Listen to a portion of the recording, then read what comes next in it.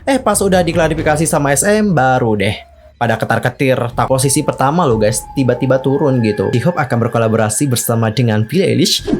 Hey yo, what's up guys? I'm Sokim, welcome back to my YouTube channel. Nah cikgu, gimana sih kabarnya hari ini? Apakah kalian dalam kondisi yang baik-baik aja? Aku harapkan seperti itu ya. Untuk hari ini kita akan ngebahas topik-topik terhangat seputar dunia per-K-popan yang pastinya sangat banget untuk dilewatkan. Nah supaya kalian gak ketinggalan informasi terbarunya, yuk buruan subscribe aku sekarang juga. Dan jangan lupa juga nih buat like, comment, and share kepada teman-teman yang lain ya. Dan berikut adalah informasi selengkapnya. Nah cenggu, untuk berita pertama kita akan mulai dulu membahas tentang apa yang terjadi sama Chanyeol. Jadi baru-baru ini ada something yang lagi-lagi terjadi sama Chanyeol. Padahal seperti yang aku tahu Chanyeol kan lagi wajib militer ya. Tapi Chanyeol ini tetap aja dibawa ya dengan problem-problem baru gitu. Salah satu yang terbaru ini juga sudah diklarifikasi oleh SM Entertainment. Jadi dia itu seperti dituduhkan mengancam sopir wanita. Apakah benar seperti itu? Jadi guys, pada tanggal 27 April, ada influencer sepeda motor namanya adalah Jang Sine yang tampil sebagai tamu di Channel S untuk menceritakan gimana sih kisahnya tentang seorang idol terkenal yang mengancamnya dan juga memberikan kata-kata yang buruk saat dia sedang dalam perjalanan menuju pekerjaannya. Setelah itu, sang influencer mengatakan, "Saya mengendarai skuter untuk bekerja suatu hari. Dan ada seorang pria di mobil asing di belakang saya dan juga mengemudi dengan berbahaya. Dia datang dengan cepat ke arah saya dari belakang, dan saya pun menghindarinya. Namun dia kemudian mengacungkan jari tengahnya ke arah saya. Saya mengikutinya untuk mendapatkan plat nomornya, tetapi dia berhenti di lampu lalu lintas. Saya ingin tahu kenapa dia melakukan hal tersebut, dan saya pun mengetuk jendelanya untuk bertanya. Dia menutupi wajahnya dan terus memarahi saya. Dia ternyata adalah seorang idol. Dia adalah idol yang sangat terkenal. Dikuburkan begitu namanya keluar dari mulutku." Vlog dari Jang Sine juga mendukung pernyataannya tentang ada seorang pengemudi pria yang mengacungkan jari tengah padanya. Namun sulit untuk melihat siapa yang ada di dalam rekaman tersebut.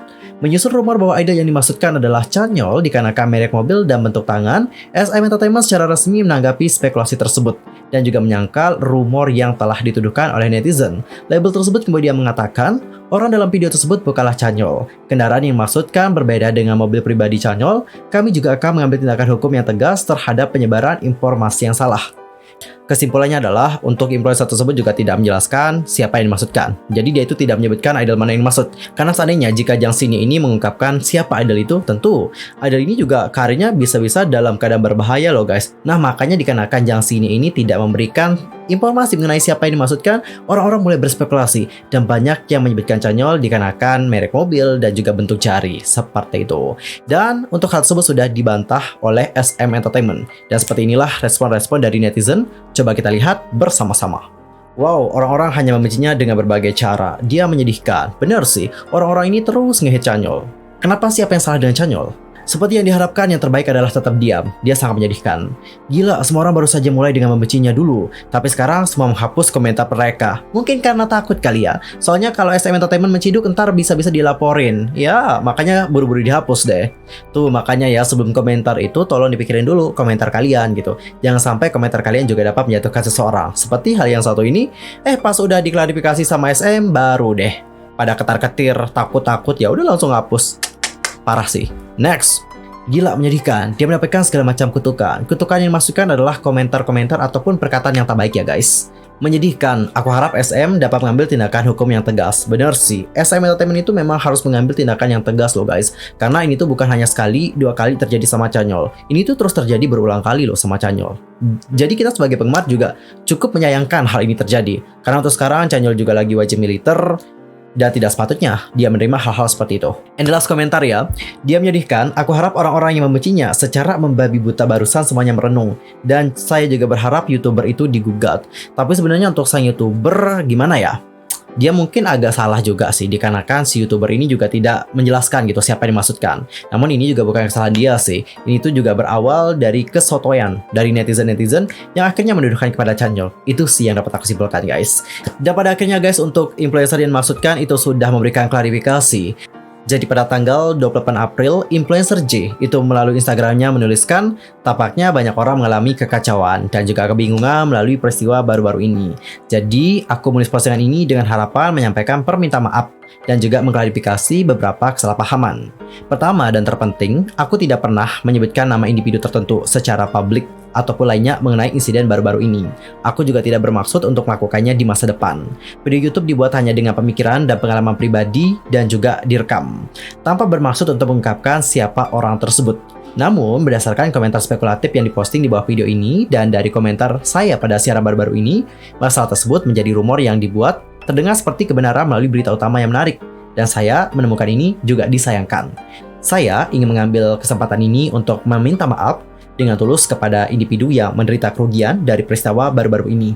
Untuk menghindari kerugian lebih lanjut yang disebabkan oleh rumor dan juga spekulasi yang tidak berdasar, saya akan menghapus video terkait dan semua konten terkait. Sekali lagi, saya meminta maaf.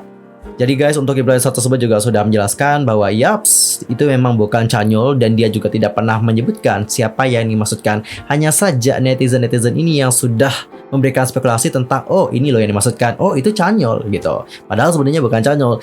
Intinya kita harapkan saja semoga SM Entertainment dapat menghukum orang-orang yang sudah menuduhkan Chanyeol. Karena ini juga dapat memberikan impact yang buruk juga loh kepada Chanyeol di masa depan nanti.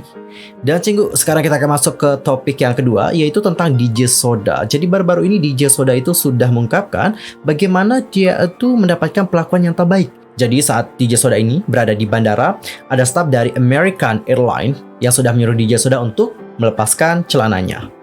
Pada tanggal 26 April, DJ Soda melalui Twitternya dan memposting sebuah utasan di mana dia mengungkapkan pertemuan tidak menyenangkan yang baru-baru ini dialami bersama dengan anggota staf American Airlines. Bersama dengan video dia yang berbicara dengan seorang pekerja American Airlines, DJ Soda menuliskan, "Saya keluar dari penerbangan at American Air dan mereka juga mengganggu saya untuk melepaskan celana olahraga."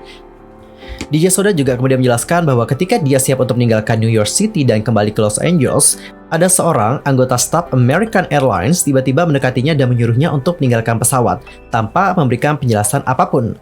Anggota staf kemudian memberitahu DJ Soda bahwa celana olahraganya atau item berpakaian sponsor yang pakai kata-kata F word. Jadi kesimpulannya, staf itu menganggap bahwa celana yang dipakai oleh DJ Soda ini itu sangat tidak pantas guys, dan juga menyinggung. Emang sih benar-benar menyinggung banget gitu kata tersebut.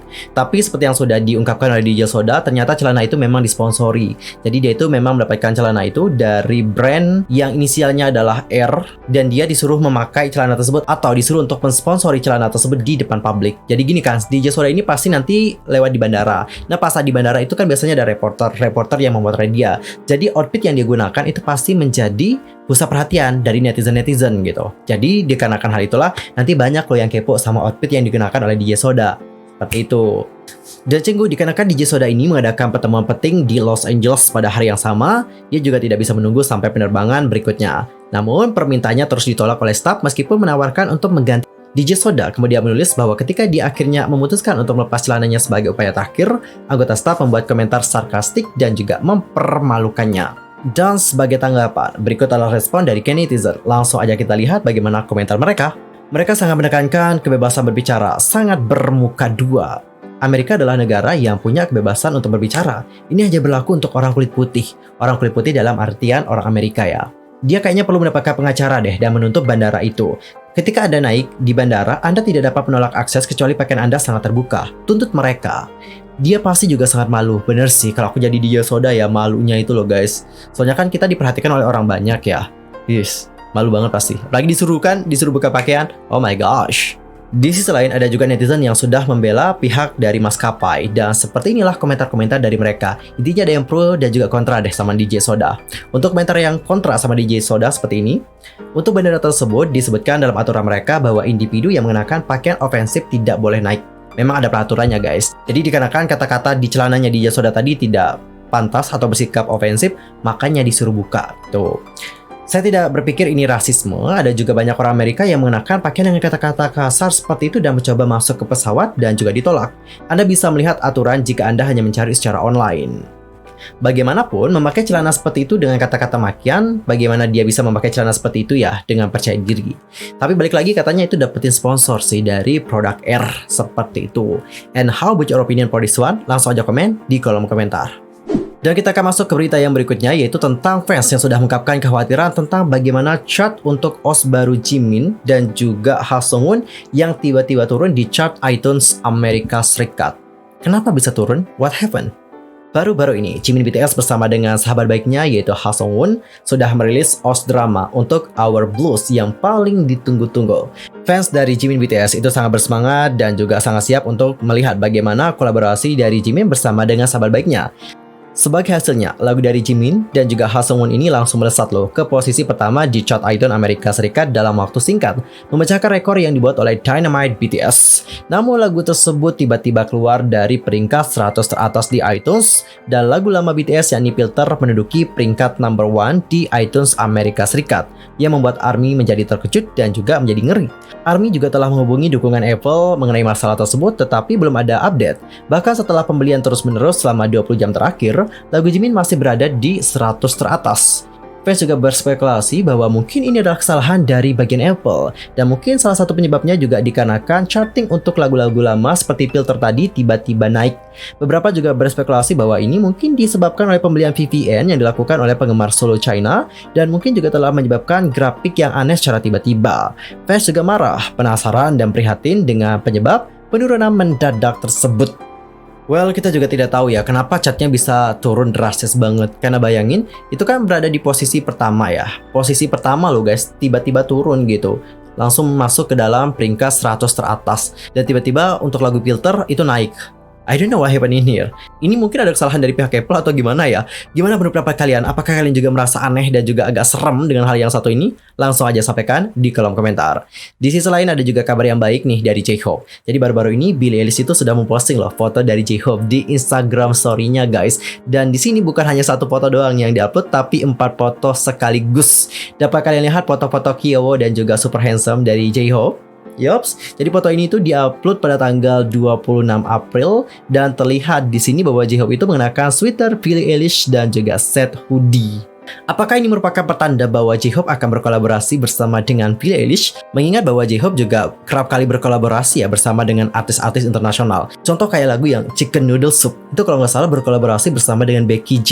Ya nggak sih, ntar kalau aku salah koreksi ya. Nah mungkin sekarang J-Hope itu akan berkolaborasi lagi nih bersama dengan Billie Eilish.